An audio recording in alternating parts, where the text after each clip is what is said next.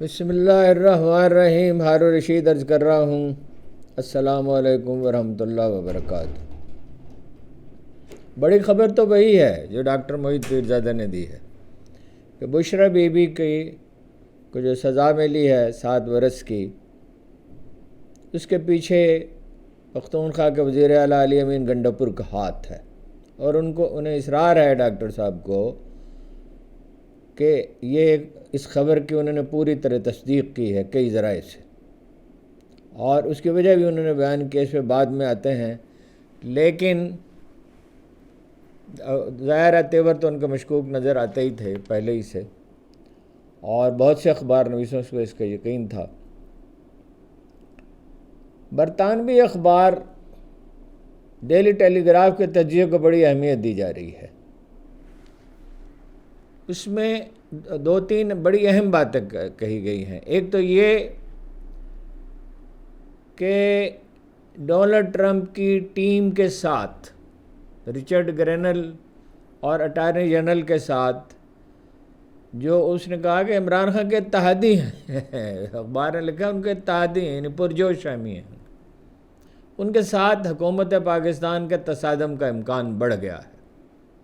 اور دوسری بات یہ کہی ہے کہ نواز شریف خاندان کی سیاست ختم ہو گئی اور آج ان کا اقتدار آخری ہچکیاں لے رہا ہے، اور اگر کوئی چیز رکاوٹ ہے عمران خان کے برسر اقتدار آنے میں تو وہ اسٹیبلشمنٹ کے ساتھ ان کی کشیدگی ہے. جیسے ہی وہ کشیدگی ختم ہوگی تو کہ سپاک ہو جائے گا شریف خاندان کا، اور ان کی سیاست دفن ہو جائے گی. یہ اخبار نے کہا ہے کہ 80% لوگوں کی حمایت حاصل ہے عمران خان کو، 80% لوگوں کی. اور مسئلہ مگر یہ ہے کہ اگر پنجاب کے لوگ باہر نہیں نکلتے اور دوسری سیاسی جماعتوں کا تعاون حاصل نہیں کرتے، عمران خان ایک اتحاد نہیں کرتے، تو وہ جیل میں پڑے رہنے کا فائدہ نہیں ہوگا انہیں. تو اخبار نے لکھا ہے کہ عبدالقادر ٹرسٹ کیس میں سزا سنائے جانے کے بعد تصادم میں اضافہ ہو گیا، تلخی بڑھ گئی. پہلے سے کشیدگی موجود تھی ٹرمپ کی ٹیم کے ساتھ، اب اس کشیدگی میں اور اضافہ ہو گیا. میٹ گیز میں وہ اپنا MATTGAETZ، اس کا صحیح تلفظ شاید میں ادا نہ کر سکوں، تو یہ جو ہیں ان کے بارے میں اس نے کہا کہ وہ عمران خان کے اتحادی ہیں، اور وہ یعنی تاثر یہ دیا ہے کہ وہ اب مہم چلانے کے لیے تیار ہیں، اور ظاہر ہے کہ انہیں اعتماد حاصل ہے. اور ظلم خلیل زاد تو ہیں ہی، اور وہ لمبے لمبے ٹویٹ کر رہے ہیں. عمران خان کی ملاقات ہوئی تھی جولائی 2019 میں، اور بہت خوشگوار رہی تھی ڈونلڈ ٹرمپ کے ساتھ،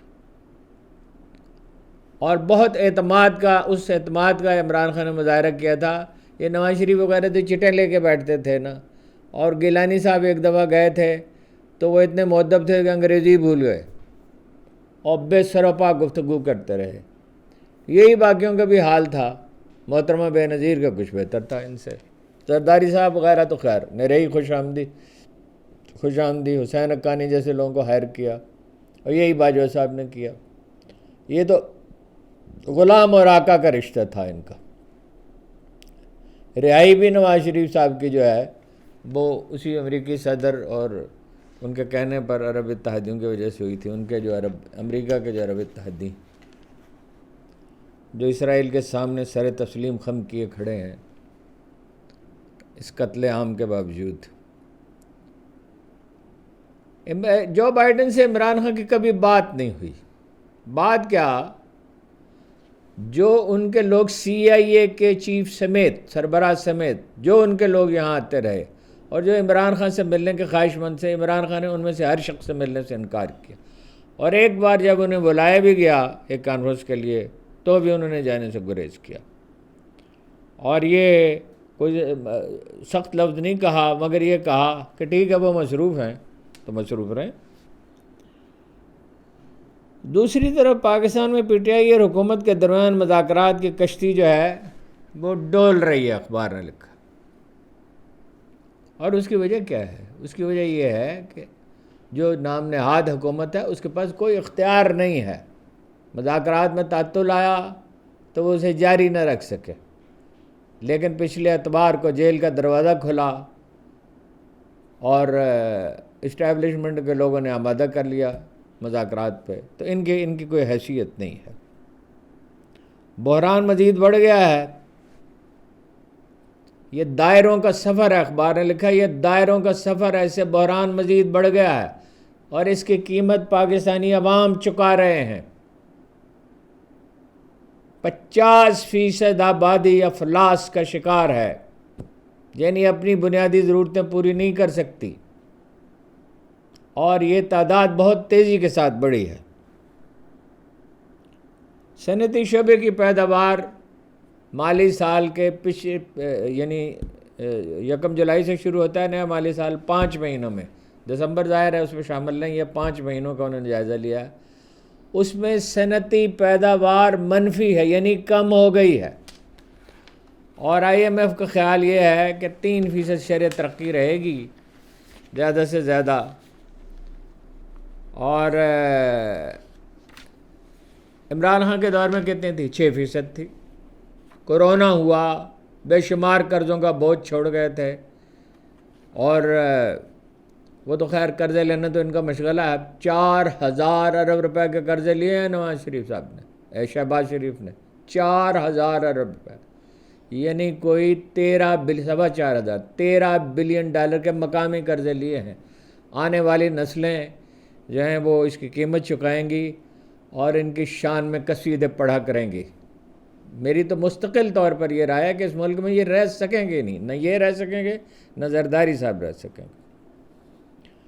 اخبار نے لکھا ہے کہ شریف خاندان نے ووٹ کو عزت دو کا بیانیہ ختم کر کے اپنی تباہی کا راستہ کھولا اور جعلی حکومت بنائی۔ الیکشن میں یہ نتائج میں رد و بدل کر کے، اسی وجہ سے نواز شریف، شہباز شریف، زرداری صاحب اور محترمہ مریم نواز اقتدار میں ہے، اسی وجہ سے۔ یعنی وہ الیکشن تو جیتے نہیں ہیں، سیاست تو ان کی ختم ہو گئی۔ پاکستانی سیاست کو میں جو دائروں کا سفر اخبار کہتا ہے اسے ختم کرنا ہوگا، اور اس کے لیے جیسے میں نے عرض کیا کہ انہیں ایک عمران خان کو ماضی کی تلخیاں بھلانی ہوں گی، اور دوسری سیاسی جماعتوں کے ساتھ کی طرف دست تعاون بڑھانا ہوگا، ان کا اعتماد حاصل کرنا ہوگا۔ اگر پنجاب کے لوگ باہر نہیں نکلتے اور اگر سیاسی جماعتیں دائروں کا سفر ختم کرنے کا عہد نہیں کرتی تو عمران خان کے جیل میں پڑے رہنے سے کوئی فائدہ نہیں ہوگا۔ وہ دھاندلی کی وجہ سے اقتدار میں ہیں، ورنہ ان کی سیاسی ساکھ کوئی نہیں، ختم ہو چکی۔ پی ٹی آئی کی قیادت بڑا سیاسی اتحاد بنانے میں ناکام رہی ہے۔ ظاہر ہے نا تجربہ کار لوگ ہیں، عمران خان تو اندر ہیں، انہوں نے تو بہرحال اس طرح پیش رفت ہوئی ہے۔ یعنی شاہد خاقان عباسی سے بات ہوئی، اچکزئی صاحب پہلے شامل ہو چکے ہیں، اور وہ مجلس وحدت المسلمین ان کے ساتھ ہے، اور صاحبزادہ احمد رضا بھی ان کے ساتھ ہے۔ اور یہ اخبار نے لکھا ہے کہ جو نئے جج مقرر کیے گئے ہیں اس کے بعد عمران خان کو اسلام آباد ہائی کورٹ سے کوئی زیادہ امید نہیں رکھنی چاہیے۔ یعنی بین السطور تجویز یہ کیا گیا ہے کہ اسٹیبلشمنٹ کے ساتھ کوئی باوقار معاہدہ طے کر لیں، لیکن عمران خان صاحب ظاہر ہے جس حکمت عملی پر عمل پیرا ہیں وہ یہ ہے کہ بات تو ان سے کی جائے گی، یہ تو، اور اخبار نے یہ بھی لکھا ہے کہ یہ نمائشی ہے گفتگو ساری جو ہو رہی ہے، ان کی کوئی حیثیت نہیں ہے۔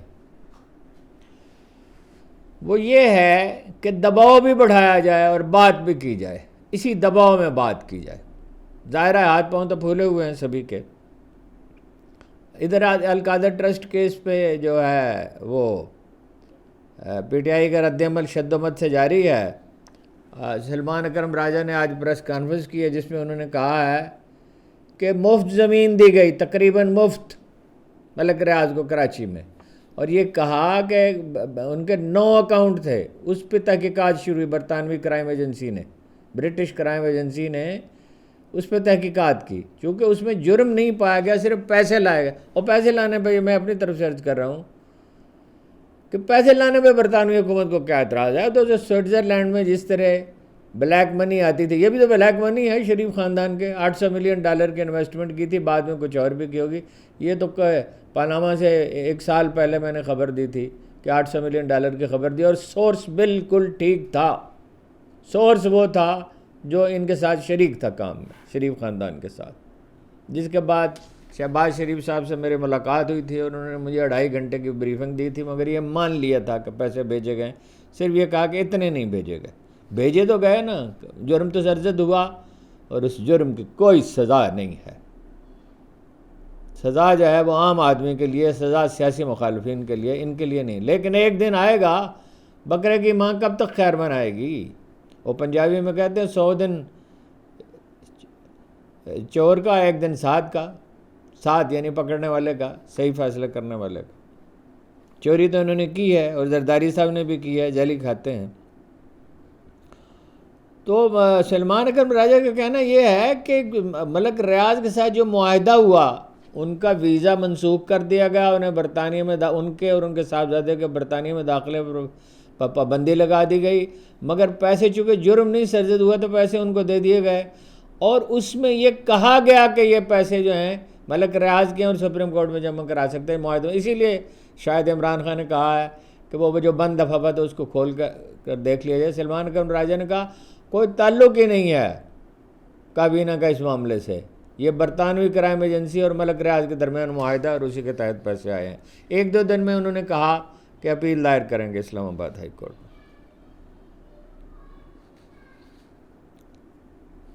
برطانوی میڈیا نے دعویٰ کیا ہے کہ نئے شواہد سامنے آنے کے بعد عافیہ صدیقی کی رہائی کا بہت امکان ہے، اور 20 جنوری کو 12 بجے تک، جبکہ حلف اٹھا چکے ہوں گے، پھر بھی 4 گھنٹے ہوتے ہیں، صبح وہ حلف اٹھائیں گے 20 جنوری کو ڈونلڈ ٹرمپ.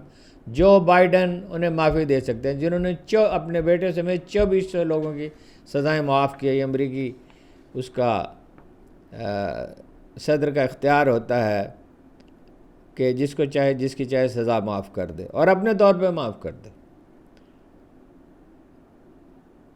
ان کے وکیل نے، عافیہ صدیقی وکیل نے 76,500 الفاظ پر مشتمل ڈوزیئر صدر کو بھیجا. پرابلم اس میں یہ ہے کہ جیل خانہ جات کا جو محکمہ ہے اس کا ایک سرٹیفکیٹ چاہیے، اور کوشش کے باوجود وہ 2 دن سے جو ہے وہ ڈوزیئر پڑا ہوا ہے ان کی میز پہ، اور وہ اس پہ دستخط کرنے کے لیے کہا جا رہا ہے کہ تیار ہیں جو بائیڈن، لیکن وہ کوشش کے باوجود محکمہ جیل خانہ جات کی جو سفارش ہے وہ نہیں پہنچی ہے اجازت. اب وہ کیوں نہیں پہنچی ہے؟ ممکن ہے جو اس میں کوئی اسٹیبلشمنٹ کا عمل دخل ہو. جیسے ہی یہ سرٹیفکیٹ ملے گا تو سزا معاف کر دی جائے گی. اور ان کی رہائی کے لیے پاکستان میں مقیم امریکیوں نے جو بائیڈن کی پارٹی کے ساتھ جن کے تعلقات رہے ہیں، جو اس میں شامل ہیں، انہوں نے بنیادی طور پر جدوجہد کی ہے. عافیہ صدیقی کی بہت توہین کی گئی ہے، انہیں مارا پیٹا گیا ہے، اور بہت ہولناک واقعات ہوئے ہیں. ان کے سامنے کے 4 دانت توڑ دیے گئے ہیں، اور یہ بھی ایک جواز ہوگا. ان حالات کے پیش نظر بھی ان کے لیے رہا کرنا آسان ہوگا. محسن نقوی صاحب وہاں پہنچے ہیں، اور بعض لوگوں کا یہ خیال ہے کہ وہ اس لیے وہاں پہنچے ہیں کہ اگر وہ رہا ہو جائیں تو اس کا کریڈٹ لیں، ورنہ خاموشی سے گئے. جیسے خاموشی سے بھی کہیں سارے کام عالی جناب کرتے ہیں. تو سیف اللہ پراچا صاحب جو بہت عرصہ رہے اس میں گوانٹانامو بے میں رہے، ان کا یہ کہنا ہے کہ عافیہ صدیقی کی رہائی میں حکومت پاکستان رکاوٹ تھی. خود انہوں نے کہا کہ میرے معاملے میں بھی 1 سال پہلے مجھے رہا کرنا چاہتے تھے، لیکن حکومت پاکستان نے کسی دلچسپی کا اظہار نہیں کیا، اس لیے کہ وہ یہاں آئیں گی تو ظاہر ہے کہ وہ خاموش بھی رہیں تو لوگ حکومت پاکستان کی بے حسی کا ماتم کریں گے، اور کس کس کا نام آئے گا یہ تو آپ اندازہ کر ہی سکتے ہیں. دوستوں کے کیا وہ دوستوں کے تیر دشمنوں کے تیر کھا کر دوستوں کے شہر میں ہم نے کس کس کو پکارا یہ کہانی پھر کبھی. اور وہ جو مشہور شعر ہے کہ دیکھا جو تیر کھا کے کمی گاہ کی طرف اپنے ہی دوستوں سے ملاقات ہو گئی. مجرم تو ہم ہیں اس معاملے میں بھی. اور اس کو حوالہ کس نے کیا تھا؟ بڑا جنرل مشرف نے اس کا کریڈٹ لیا تھا. طاقت جب اندھا کر دیتی ہے تو آدمی یہی کرتا ہے. طاقت ہمیشہ اندھی ہی ہوتی ہے، بہت ایکسیپشنز کے سوا. غزہ میں جناب آج سے جنگ بندی کا آغاز ہو گیا ہے اور رفح کے علاقے سے اسرائیلی فوج کا انخلاء شروع ہو گیا ہے. اور اسرائیلی فوج نے جو کل دستخط کیے تھے معاہدے پر، اور حماس جو ہے وہ 33 قیدی رہا کرے گی اور وہ 737 قیدی رہا کریں گے فلسطینی، اسرائیل جو ہے. اور وہ 3 مقاصد تھے، ان کے اہداف تھے. نیتن یاہو جو ہیں وہ یہ کہتے تھے کہ یرغمالیوں کو رہا کرا کر رہوں گا اور حماس کا خاتمہ کر دوں گا اور مستقبل میں کوئی خطرہ جو ہے وہ نہیں ہوگا غزہ سے. مگر ان میں سے کوئی مقصد تو وہ حاصل نہیں کر سکے. امریکی حکومت نے بھرپور تائید کی، اور امریکہ ہی عالم اسلام کا اصل دشمن ہے. اور ہم وہ کم عقل بلکہ بے حمیت لوگ ہیں جو بلیک میل کرنے والے دشمن کے پاؤں میں جا کر پڑتے ہیں ہماری اشرفیہ. اور ساری پالیسیاں شروع سے ایسی ہی رہی ہیں. اور جب یہ بات واضح ہو گئی تھی کہ امریکہ ایک بلیک میلر ہے اور پاکستان کو محتاج اور اپاہج رکھنا چاہتا ہے، اسرائیل اور انڈیا تو پاکستان کا وجود ختم کرنا چاہتے ہیں، اس لیے کہ اسرائیل کو اگر کوئی خطرہ ہے تو پاکستان سے ہے. ہمیشہ ایسے لوگ تو نہیں رہیں گے حکمران. اگر اسرائیل داخل ہوگا اردن کے راستے سعودی عرب میں، جو وہ میں نے کئی دفعہ عرض کیا کہ ان سے کہہ چکا ہے، وہ اردن سے مطالبہ کیا کہ سڑک بنانے کی اجازت دی جائے، اور اردن والوں کو کیا اعتراض ہے اور سعودی عرب کو بھی کیا اعتراض ہے، جس طرح کے لوگ وہاں آ گئے ہیں. لیکن یہ ہے کہ رد عمل سے ڈرتے ہیں، چاہتے ہیں کہ پاکستان بھی ان کے ساتھ اسرائیل کو تسلیم کرے. بہرحال وہ جب جا رہے تھے واپس رفح کے علاقے سے فلسطینی، تو ان میں سے بعض فلسطین کے جھنڈے اٹھائے ہوئے تھے. کتنے لوگ شہید ہوئے ہیں؟ 46,899. 47,000. تو ان میں زیادہ تر عام شہری ہیں، زیادہ تر بچے ہیں، بوڑھے ہیں، خواتین ہیں. جوانوں کی تعداد تناسب کم ہے. 2024 کے آغاز میں امریکی حکومت کو یہ احساس ہونا شروع ہوا کہ اسرائیلی یہ جنگ نہیں جیت سکتے. معیشت ان کی تباہ ہوئی، بہت سے لوگ ملک چھوڑ کے چلے گئے، بہت سے لوگ جو ہیں وہ شیلٹر ہومز میں گئے، اور دنیا بھر میں وہ ذلت اور بدنامی ہوئی کہ جس کی کوئی حد نہیں ہے. بہت سے ممالک نے تعلقات ختم کیے، بہت سے نے محدود کیے، خود یہودیوں نے ان کے خلاف مظاہرے کیے، مغرب میں مظاہرے کیے. بے حسی کا مظاہرہ کیا تو عالم اسلام نے کیا، اور سب سے بڑھ کر ہم نے کیا اور ترکی نے کیا. یہ بڑے مجاہد بنتے تھے. ورنہ عالم اسلام میں اگر کوئی زندگی کی ایک رمق بھی ہوتی تو یہ حکمران جب تک رہیں گے، عالم اسلام کے موجودہ حکمران، اس وقت تک اسلام کا کوئی مستقبل نہیں. مگر اللہ کے رسول نے کا ارشاد ہے، منکرین حدیث کی بات دوسری ہے، وہ جانے اور ان کا کام جانے. تو اللہ کے رسول کا ارشاد یہ ہے کہ بالآخر ان کا خاتمہ ہوگا اسرائیل کا، اور دمشق کی مرکز ہوگا جہاں آخری جنگ ہوگی. اور دمشق میں بعض بار وہ کسی وقت بھی پہنچ جائیں گے. یعنی دمشق میں جو نئی حکومت آئی ہے وہ تو کہہ رہی ہے ہمارے اسرائیل سے جھگڑا ہی کوئی نہیں ہے. بھائی اسرائیل سے ہی جھگڑا نہیں ہے تو جھگڑا ہے کس سے؟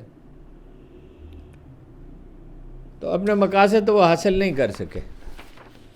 اب جناب جو میں نے عرض کیا، سب سے اہم خبر جو ہے وہ یہ ہے کہ بشرا بی بی کو سزا سنانے کے وشے علی امین گنڈاپور کا ہاتھ ہے. اور حالت یہ تھی، ڈاکٹر صاحب نے کہا، وہ خیر آپ تفصیل سے اس میں دیکھ سکتے ہیں ان کے ویلاگ میں. انہوں نے کہا حالت یہ تھی، وہ چونکہ ملے ہوئے ہیں اسٹیبلشمنٹ کے ساتھ علی امین گنڈاپور، اور اس میں وہ چیف منسٹر ہاؤس میں مقیم تھیں، اور ظاہر ہے لوگ انہیں بھی بتاتے ہوں گے، وہ بڑی ہوشمند خاتون ہے، تو وہ ان کو رکاوٹ سمجھتے تھے. اور خود تو وہ جو ان کے بارے میں ارشاد فرماتے تھے، ان کے گارڈ بھی گالیاں بکتے تھے لوگوں کے سامنے. تو انہوں نے کہا یہ درد سر، علی امین گنڈا پور نے سوچا ڈاکٹر صاحب کے مطابق کہ یہ درد سر ختم ہونا چاہیے، لہٰذا انہوں نے اپنا درخواست کی کہ بشرا بی بی کو بھی سزا دی۔ اس لیے آپ نے دیکھا ہوگا کہ جب عمران خان سے وعدہ کیا گیا تھا کہ بشرا بی بی کو سزا نہیں دی، ان سے بات کی گئی تھی، بات چیت تو جاری ہے۔